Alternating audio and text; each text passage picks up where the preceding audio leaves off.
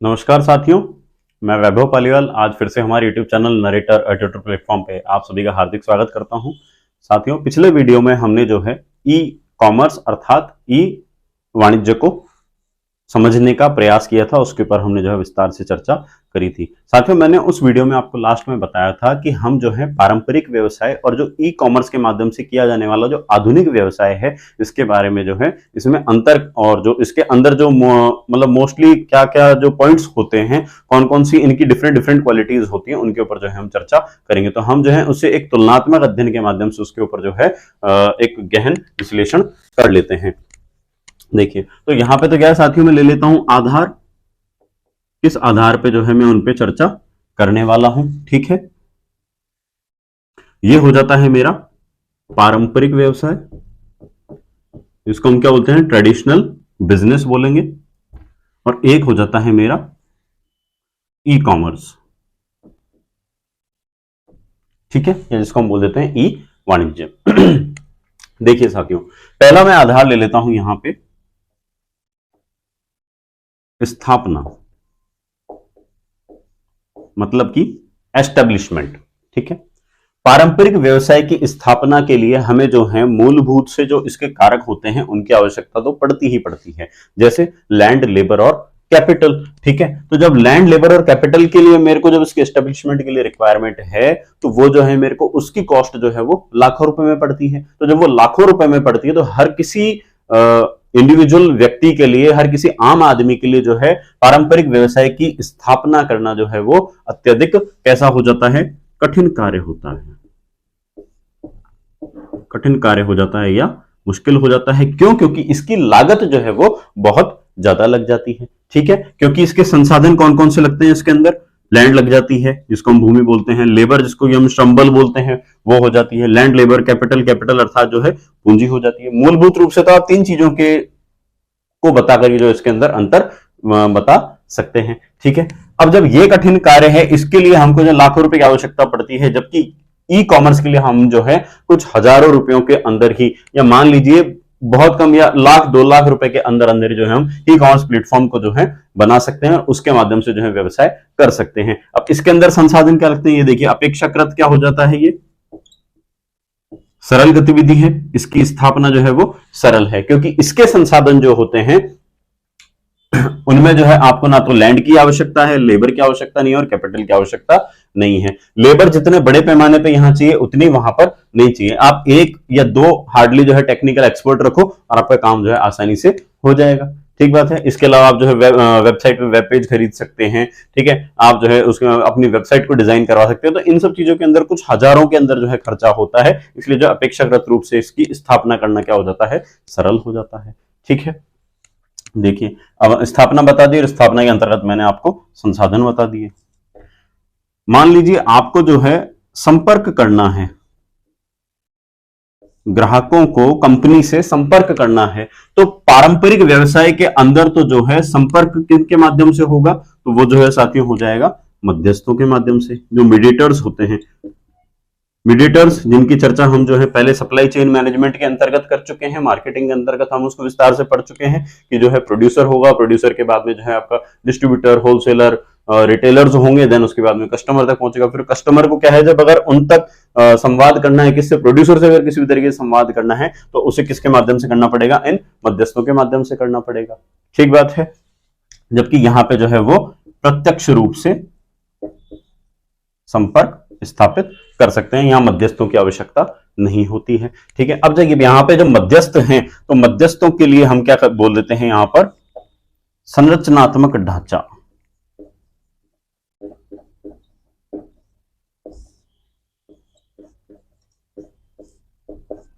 संरचनात्मक ढांचा देखिए किस प्रकार का होगा। तो जब मध्यस्थ हैं, तो मध्यस्थ देखिए प्रोड्यूसर एक होगा, प्रोड्यूसर के नीचे फिर जो है कुछ प्रोड्यूसर्स होंगे, फिर हर एक प्रोड्यूसर के नीचे कुछ कुछ रिटेलर, होलसेलर्स होंगे, ठीक है। फिर उनके नीचे जो है कुछ कुछ कस्टमर्स होंगे। तो आप देखेंगे तो एक तरीके से इसका आकार कैसा बन जाएगा, ऐसा बन जाएगा, है ना, पिरामिडिकल बन जाएगा, जिसको हम क्या बोल देते हैं, पद सोपानिक व्यवस्था बोल देते हैं, हायरार्किकल सिस्टम बोल देते हैं, पद सोपानिक व्यवस्था। जबकि इसमें क्या होता है, ई कॉमर्स के अंदर सभी क्या होते हैं, समकक्ष होते हैं, इसलिए यहां पर जो व्यवस्था पाई जाती है उसको हम जो है समतल व्यवस्था बोल देते हैं। ठीक है। अब देखिए आप, संपर्क जब हम मध्यस्थों के माध्यम से कर रहे थे, ठीक है, तो यहां पे जब मध्यस्थों के माध्यम से हम संपर्क करेंगे तो उस संवाद में, उस कम्युनिकेशन में टाइम ज्यादा लगेगा और यहां पे टाइम क्या हो जाएगा, कम लगेगा, क्योंकि हम कैसे कर रहे हैं, डायरेक्टली प्रत्यक्ष रूप से जो है हम संपर्क स्थापित कर रहे हैं। ठीक है। देखिए अब अपन बात कर लेते हैं मानव संसाधन की। जो पारंपरिक हमारा व्यवसाय है, ठीक है, पारंपरिक व्यवसाय जो हम कर रहे हैं उसमें यदि अर्धकुशल या अकुशल व्यक्ति भी है, अनस्किल्ड और सेमी स्किल्ड अगर वर्कर भी हमारे पास में है तो भी जो है हमारा काम चल जाएगा। लेकिन यहां पर ई कॉमर्स में जो है वो स्किल्ड लेबर की आवश्यकता होती है। ठीक बात है। देखिए आपको आपके मार्केट को, आपको अपने व्यवसाय को वैश्वीकरण करना है, तो वैश्वीकरण करने के लिए जो पारंपरिक व्यवसाय होते हैं इनको सदियों, दशकों से लेकर सदियों तक का सफर जो है वो करना पड़ जाता है। ठीक है। जबकि जो ई कॉमर्स का क्षेत्र है, ई कॉमर्स में वैश्वीकरण जो है बहुत ही त्वरित गति से होता है। आपने फेसबुक का एग्जांपल ले सकते हैं, ठीक है, जैसे वो, चलिए वो है तो अपनी सोशल नेटवर्किंग साइट है, बट अगर अपन उसको बिजनेस पॉइंट ऑफ व्यू से भी अगर अपन मान करके चले तो आज ऐसा मेरे हिसाब से शायद कोई कॉन्टिनेंट नहीं होगा जहां पर जो है फेसबुक के यूजर्स ना हो। ठीक है। तो वो जो है पावर किस चीज की हो जाती है, वो इंटरनेट की पावर हो जाती है। जबकि हम देखते हैं पारंपरिक जो व्यवसाय होते हैं उनको एक शहर से दूसरे शहर तक पहुंचने में जो है कई बार दशकों का सफर जो है वो तय करना पड़ जाता है। ठीक बात है। तो जो वैश्वीकरण जो होता है यहां पर तो कैसा होता है, धीमा होता है, बहुत ही ज्यादा टाइम टेकिंग प्रोसेस होती है, और यहां पे कैसे हो जाता है, त्वरित रूप से हो जाता है। ठीक बात है। अब देखिए जोखिम की बात कर लेते हैं, हम रिस्क टेकिंग की बात कर लेते हैं। पारंपरिक व्यवसाय के अंदर क्या होता है, एक हाथ से माल दो और दूसरे हाथ से पैसा लो। ठीक बात है। भाई लाला जी क्या करेंगे, लाला जी की दुकान पे अगर आप सामान खरीदने के लिए जाते हो तो जो है एक हाथ से आपको सामान देंगे, दूसरे हाथ से वो पेमेंट ले लेंगे। ठीक है। तो यहां पर तो जो है जोखिम कैसा हो जाएगा, पारंपरिक व्यवसाय में तो बहुत कम हो जाएगा। ठीक है। और जबकि ई कॉमर्स के अंदर तो क्या होता है कि कई बार जो है कैश ऑन डिलीवरी भी होता है और कई बार जो है आपसे इमीडिएट पेमेंट भी जो है वो मांग लिया जाता है। ठीक है। मान लीजिए आपसे पेमेंट अभी काट लिया और पेमेंट आपने करने के बाद में प्रोडक्ट जो है कई दिनों तक डिलीवर नहीं हुआ।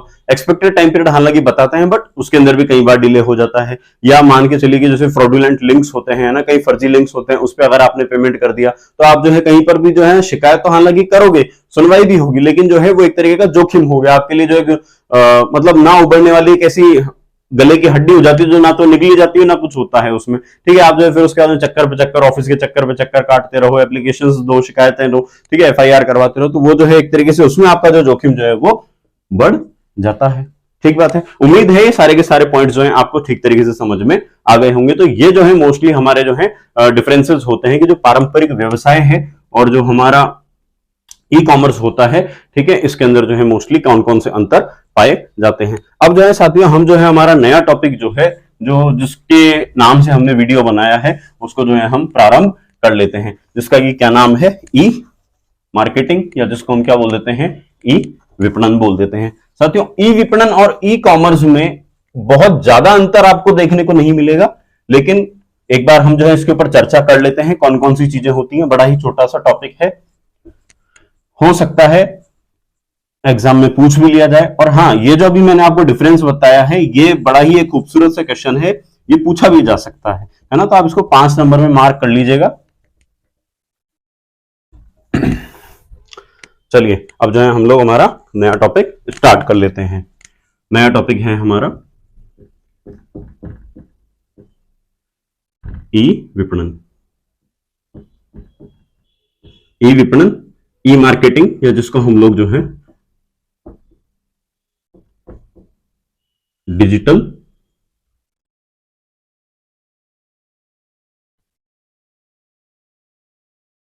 मार्केटिंग भी बोलते हैं। ठीक बात है। अब देखिए, हमने पहले समझ चुके हैं ई का मतलब तो क्या होता है, इलेक्ट्रॉनिक माध्यम से।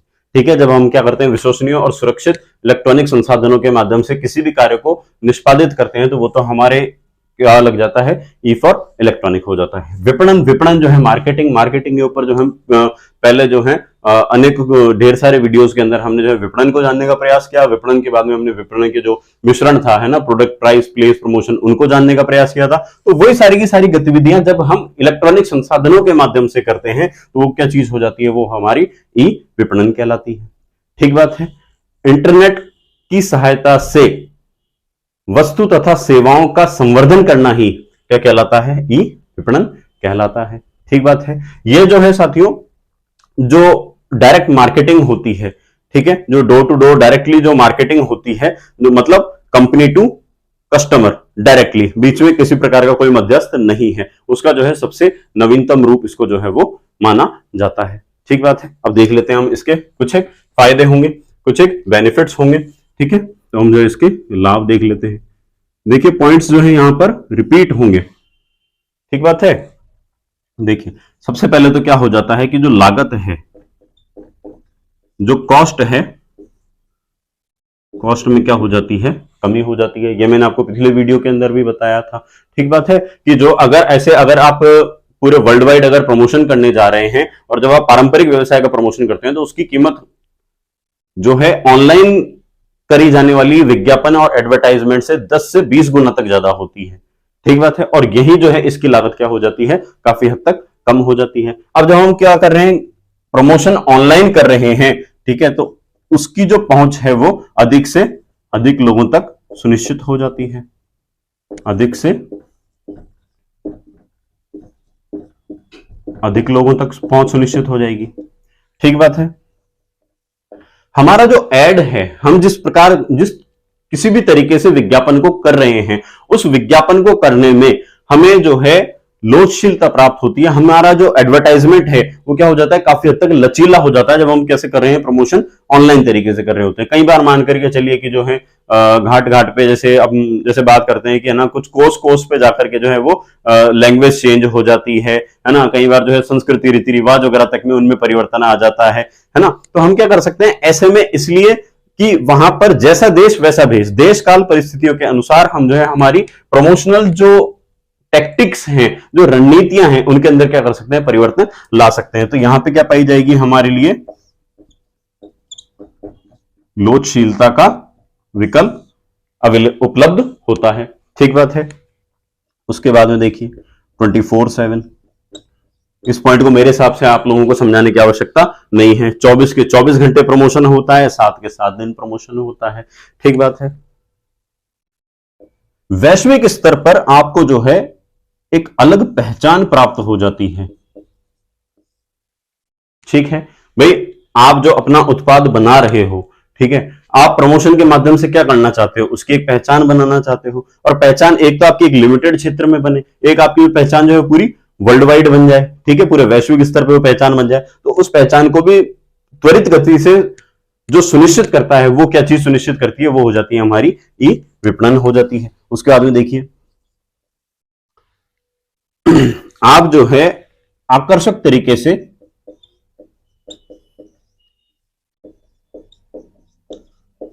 संवर्धन कर सकते हो। किस प्रकार से, अभी जो है हम बात करेंगे कि हम जो है डिजिटल या जो ई विपणन है उसके अंतर्गत जो है हम प्रमोशन किन किन तरीकों से करते हैं, है ना। तो जो आकर्षक तरीके होते हैं, नए नए क्रिएटिव मैनर्स जो है हम हमारी प्रमोशनल जो स्कीम्स हैं, जो एक्टिविटीज हैं, उनको भी वहां पर परफॉर्म कर सकते हैं। ठीक बात है। मेरे हिसाब से ये पॉइंट्स सफिशिएंट है। ठीक है, तो इसको जो है आप 2 नंबर में याद रखिएगा कि ये भी जो है आपसे चीजें पूछी जा सकती हैं कि ई मार्केटिंग में जो है वो कौन से होने वाले जो है लाभ जो है वो किस प्रकार होते हैं।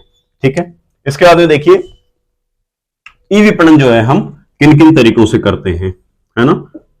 पहला तो जो है साथियों, देखिए पहला हो जाएगा हमारा वीडियोस के माध्यम से। अभी आप YouTube पे ये वीडियो देख रहे हैं, मान लीजिए बीच में अचानक से जो है जोमेटो का या स्विगी का किसी का भी ऐड आ जाता है।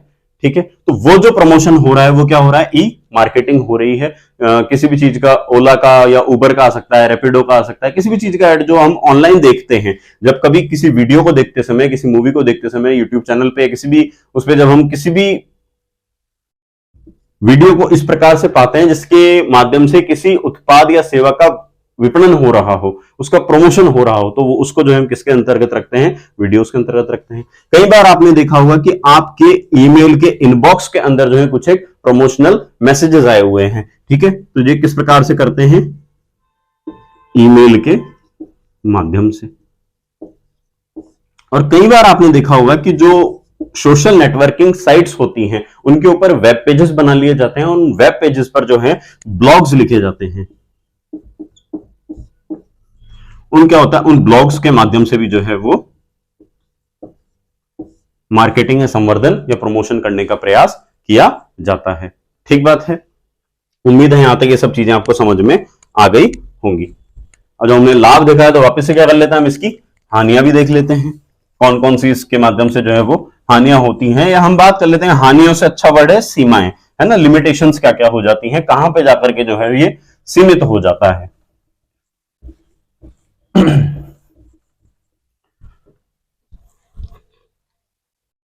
ई विपणन की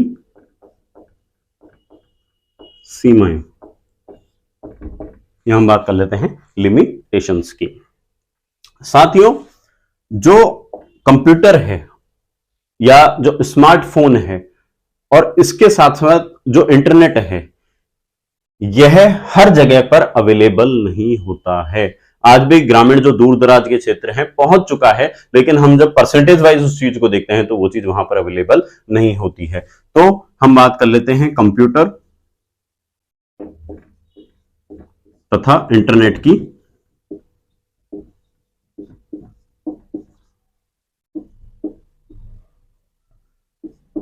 पहुंच का अभाव। कुछ क्षेत्र तो ऐसे हो गए जहां पर जो है इनकी पहुंच ही सुनिश्चित नहीं हुई है। अब जहां पे पहुंच सुनिश्चित हो गई है, क्या वहां पे 100% लोग, 100% लोग बाग जो हैं इन फैसिलिटीज को काम में ले पा रहे हैं या नहीं? मतलब कि मैं बात कर रहा हूं कंप्यूटर और इंटरनेट की साक्षरता की, क्या वो इससे पूर्ण रूप से परिचित हैं? क्या वो इसको जो है काम में लेने लायक हैं? क्या वो इतने साक्षर हैं कि इनका जो है उपभोग कर सके? समझ रहे हैं मैं क्या कह रहा हूं? उसके बाद में देखिए, ऐसे प्रोडक्ट, ऐसे उत्पाद जो कि ब्रांड विहीन हैं,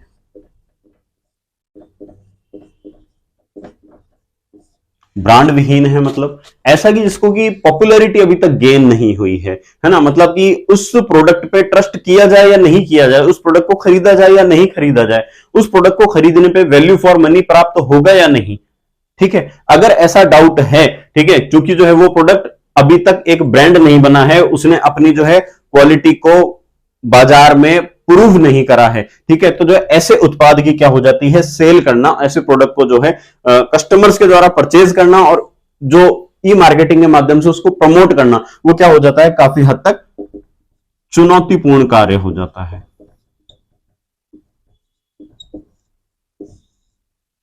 चुनौतीपूर्ण कार्य हो जाता है। और देखिए, और सीमाएं क्या क्या हो जाएंगी।